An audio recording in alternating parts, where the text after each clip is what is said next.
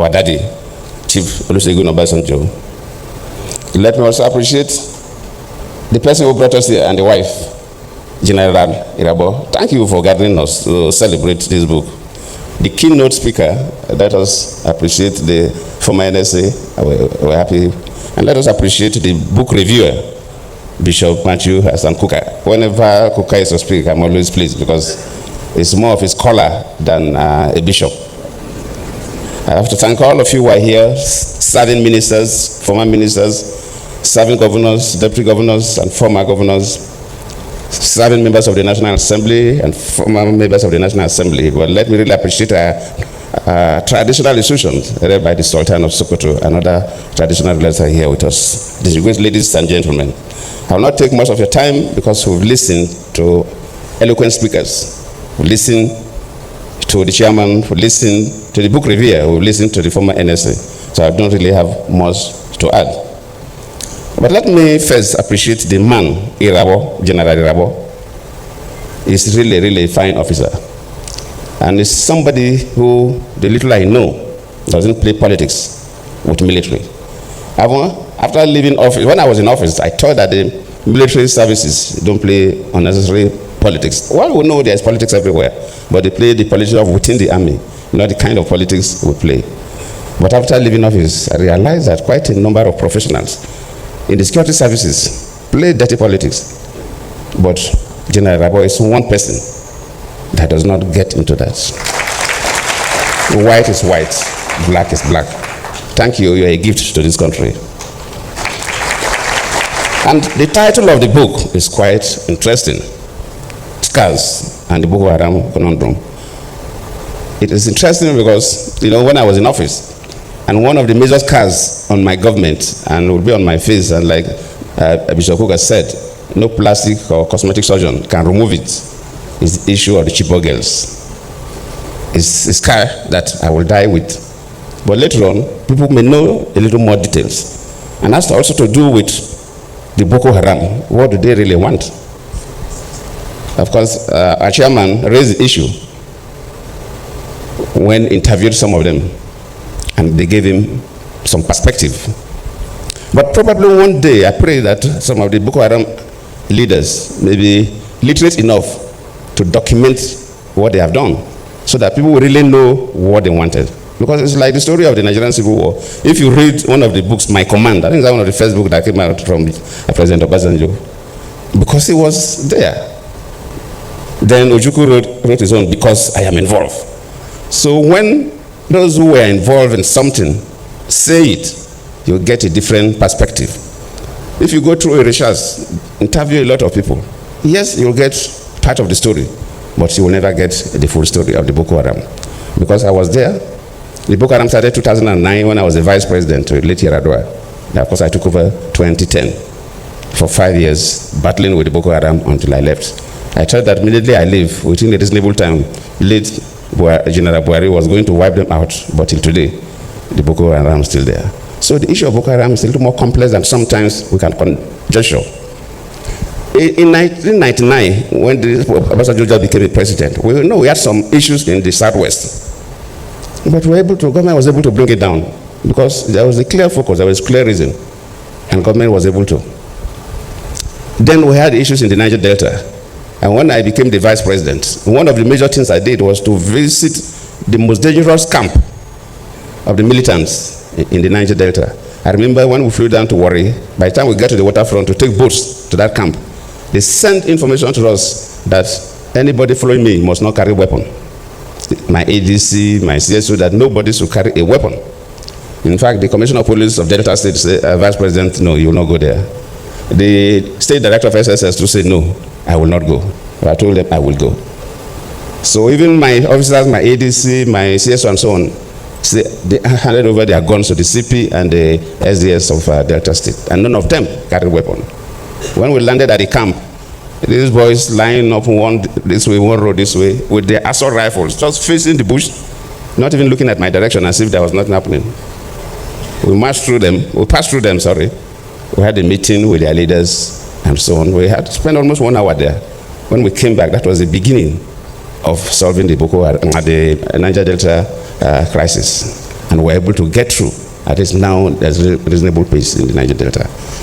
If you, like Bishop mentioned, 82 and 83, when we have the Mitasine religious crisis in this country.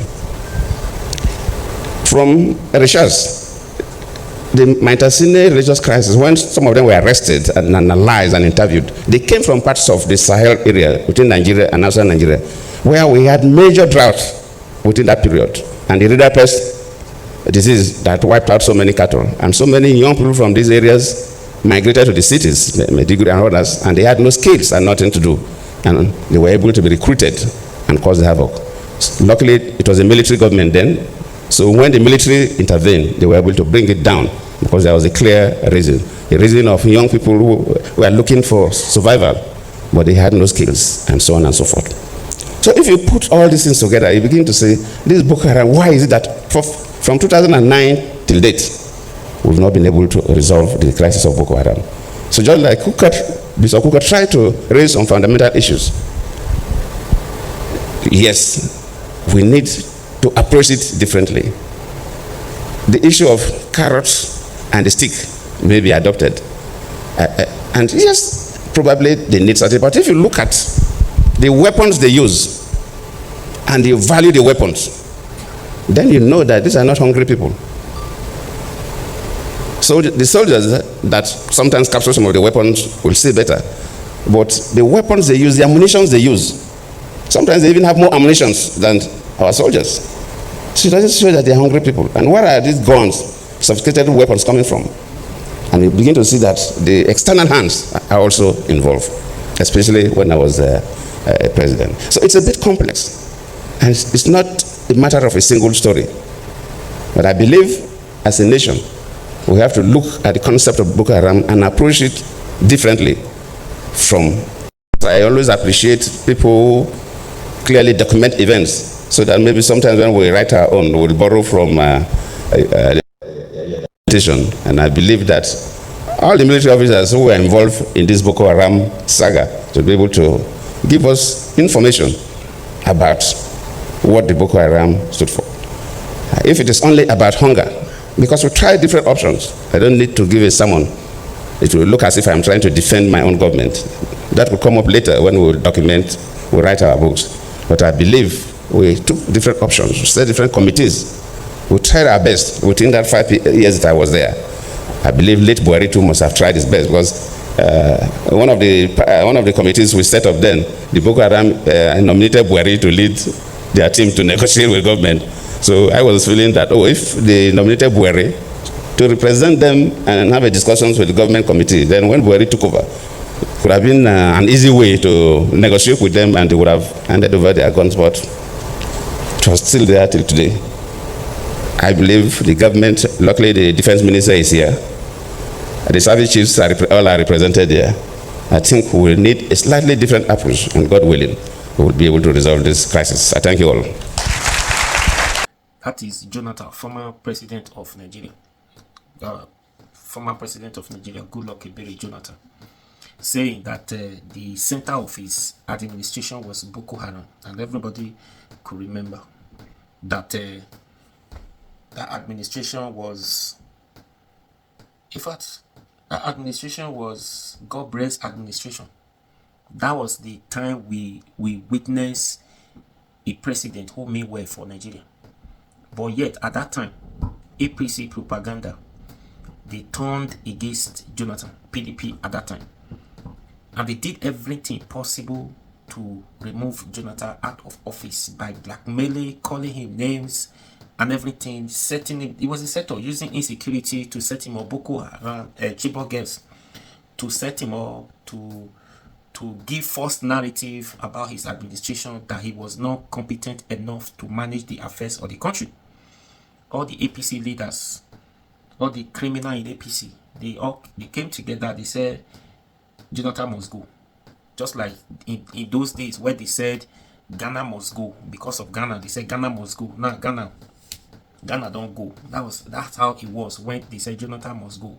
Now Jonathan left the government for APC. Jonathan said he thought Buhari had what it takes to end the problem of Boko Haram insecurity. Today, what do we see? We have the double that this military, they are playing politics with insecurity, which you also know. The chief of defense staff said it. The chief of army staff, they said it, that they are all political. Because they are all political, the politicians that are using this as a business are powerful than the military, and the military cannot do anything about it. That is just it. Now, you would have thought, now, even as Jonathan said, that he thought Buhari had what it takes to solve the problem. If Buhari has solved the problem, we wouldn't have been talking about it now. Even if they come under Tinubu, it would have been many months, because Buhari gave them opportunity, free way to come. And now Tinubu is building on what Buhari started by giving these people special honor, special everything, special VIP, everything to stay, no disturb, giving you what you wanted. There's no problem. So if we still have Jonathan's administration then till today now, I don't think bad as a bad. The global economy or energy rising, cost of everything globally, bad as a bad. If Jonathan was still in position, we would not have gotten to this stage where you cannot be able to feed yourself. At that time, Jonathan's time, people, they do give away. People, they do Sahara. That was when people said, do you know who I am? I can feed you and your family. Bro, how many times you don't hear person, they make unnecessary arguments? They say, come on, go and sit down. Who are you? Do you know me? I'll feed you and your family. My brother, you will pack your load and baggages and go and meet the person for us. Make them they feed you. How many times you don't hear that grammar? Hey, go and sit down. Do you know who I am? I'll feed you and your family. Now lie you. So they use propaganda by pay money here and there. APC, you know them. So they did everything possible with all the activists at that time. That was when we know that a pastor can be an activist. That's when you know that a pastor can speak out for the oppressed, for the hungry Nigerians. But hey, now they succeeded. Nobody is speaking again. We now have a president who came into power with no idea. Buhari came. We thought he was going to do well with the military background, with the everything. We thought he was going to do well with the action as a military man. He was not going to take nonsense in government. He was going to deal with insecurity head up. He was going to solve the problem of insecurity. He was going to solve the problem of corruption. He was going to do this. A lot of things. All hope dashed out. It was high hope for Buhari at that time. It was high hope. The hope dashed all the hope. Hope become hopeless. They used everything. Before you know, that was when Obama was the president. They bring in Boko Haram, Chibok girls, just to discredit Jonathan's administration. The next thing, Obama's wife Michelle was already displaying placard, Chibok's girl, relief Chibok's girl. Until now. Anyways, I don't even want to talk much on this video. Now Jonathan has said it, but today, the same person whom they rejected is not the precious stone today that PDP, these northern leaders that are searching for, they are begging him to come back again, to come and solve the problem they introduced to us. The problem that somebody they introduced to our cause, because APC, all the APC members at that time, they are the one who sold Buhari to us with Tinubu. That was when you hear Bullion money with Bullion.